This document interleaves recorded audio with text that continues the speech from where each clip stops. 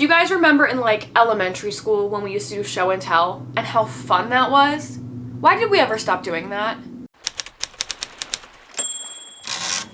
I am truly so excited to do a little show and tell of my hobbies with you guys, but spring has officially sprung here, which means my allergies, they've got me. I'm sure you can hear it a little bit in my voice right now. So yes, this is a fun concept, but it's also content that I can make without having to breathe through my nose. I'm gonna start and do a quick little recap of the hobbies you guys know I have if you've watched this channel for a while or if you follow me on other social media platforms. Starting off with the most obvious one, if you've watched this channel for any length of time, you know that one of my biggest hobbies is baking. I have a whole playlist of videos on this channel dedicated to baking videos. If you somehow haven't watched those or missed any of them, go catch up with the full Baking Bean playlist on my channel. I feel like I've made a pretty good variety of things for this channel so far, but I don't feel like I've ever done anything that needed to be decorated, so I'm gonna pop up some pictures of some more decorative bakes I've done. I have a red velvet cake with a crumb coat on the outside and cream cheese frosting always, a double chocolate cake, and some gingerbreads I make around Christmas time. I'm not gonna claim that I'm some amazing cake or cookie decorator, but I do really enjoy it. It turns the bakes into a craft project, which I love. The other super obvious hobby that I have, maybe not even so much on this channel, but if you follow me on other social media platforms, you know that I love to write. In May of 2020, I self-published a book of poetry called Part-Time Permanent. If you didn't already know about this, one, where have you been? And two, it's available for purchase on Amazon and Etsy. I've pretty much loved writing as long as I can remember, whether it be little short stories, little plays, poetry, you name it, I've loved it all. In either 4th or 5th grade, I won a poetry contest through my elementary school. Even younger than that, I won a young author contest for a short story I had written. I've pretty much just been scribbling little stories as long as I can remember, and now I will not leave the house without some form of notebook so I can jot down my ideas and poems and whatever else I happen to be working on at this time. This is the current one. She's seen better days, but she's come everywhere with me for at least 2 years now. Mark my words, this will not be the last book I ever publish, and it won't be the only kind of book I ever publish either. I would love, love, love to write a novel at some point, and a couple of short story collections I already have ideas for. There's always a creative idea for writing going on in my head, so stay tuned for more of that. The other hobby that I've had for what feels like my whole life that you may or may not know about is that I knit. Like a lot. I can't remember exactly how old I was when I learned to knit, but it's something that my granny taught me and something that I am so thankful for now as an adult. I started learning to knit where everyone learns to knit, which is scarves, but I'll tell you something. Scarves make really great gifts. It's a useful hobby that comes in handy, especially around Christmas. I feel like everyone in my life has gotten a scarf from me at some point or will get a scarf from me at some point. I'm just constantly knitting in the cold weather months for when Christmas rolls around. I rarely ever keep the things that I make for myself, but I did make myself this infinity scarf a few years back. And it's really cozy and I really enjoy it. A few years back for Christmas, I decided to make people these cute little coffee cozy sleeves to go around their coffee cups because they're just cute and they're reusable. So that was a fun little Christmas project I did one year. And the biggest thing I've ever knit, most time consuming by far, most labor of love. I've made a handful of these in all of my years of knitting, and that is the barometer for like how much I really truly love you. Because if you got one of the blankets, you can never question whether or not I love you, because I spent literal hours of my life knitting my little fingers to the bone for you. I'm telling you right now, this thing is huge. It's a queen size blanket that I hand knit, and there's no way it's actually gonna fit all in the frame of this shot, but I will show you what I can. This took literal hours of my time and probably years off my life. There are calluses on my fingers, all thanks to a blanket like this. This one is the one that I did for my mom. It's the one I had easiest access to show you guys. Also, look how cute it matches my shirt. We love that. My mom is also the only one who knew she was getting one of these blankets because I wanted her to be able to pick her color scheme. So I let her pick out the yarn. And then I told her she wasn't getting it for Christmas because I couldn't finish it in time because I was working on my grandmother's blanket at the same time, and I was like, I really want to give Granny hers for Christmas. Can I give you yours in like February whenever I have time to finish it? And she was like, yeah, of course.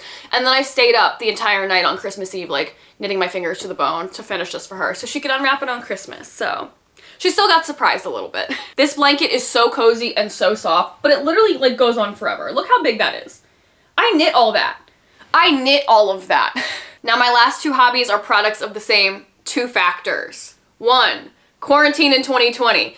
And two, this weird gene I have that convinces me that I can do anything.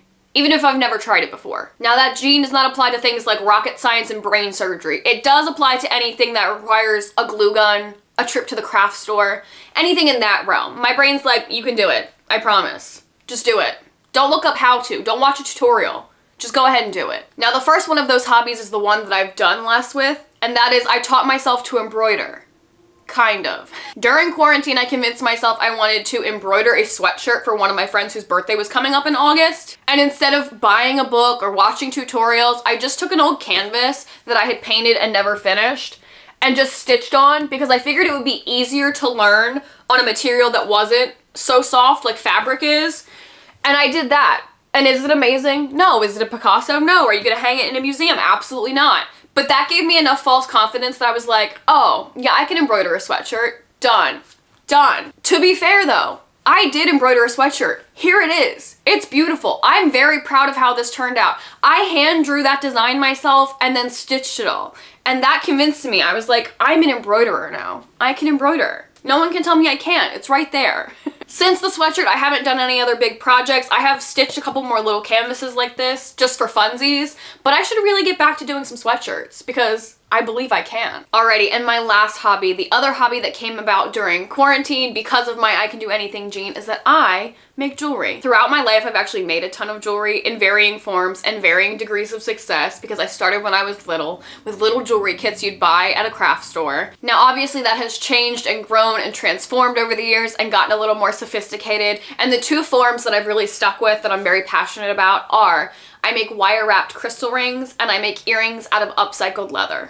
I started making little wire wrapped crystal rings during quarantine because I saw some girl on TikTok do it and I said, I can teach myself how to do that. Am I gonna watch a tutorial? No, I am not.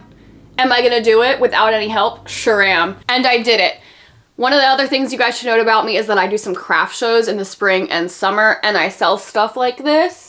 So I always keep a couple trays on me. And with these, I'm considering bringing these to my Eras tour for Taylor Swift because she has the song that says make the friendship bracelets. And I've never been a big bracelet girl. Like I've never been super comfortable wearing bracelets. So I thought maybe I would bring rings instead of friendship bracelets in case there's other people out there like me who aren't so big on bracelets. Let me know what you guys think in the comments if you think that's a cute idea or if I should just suck it up and make bracelets. Now the leather earrings actually started because my mom and I walked into a jewelry store and she saw this really pretty pair of leather earrings that she loved and they were trying to charge $50 for it. Now don't get me wrong, I'm not trying to take away from anything that's handmade or artisan that wants to charge a higher price because their labor is important. However, these were clearly cut in a factory, mass produced, charging $50 for one little piece of leather. I looked at her, I said, don't you dare buy those. I bet you I can make those. Because again, I have that gene where I think I can do anything. I went to Michael's, they sell individual little pieces of leather. I cut it out with an X-Acto knife at the time. And I made her this pair of earrings and she loved them and she got compliments on them and people asked me if I could make more. And I thought, well, sure, I can. Thankfully, the operation has got a lot more sophisticated since I made her that one pair of earrings with an X-Acto knife. Now I have these pre-cut stainless steel shapes and a hammer, and I hand hammer out all of the shapes for my earrings. I also no longer buy single pieces of leather from the craft store. Instead, I buy my leather as scraps by the pound.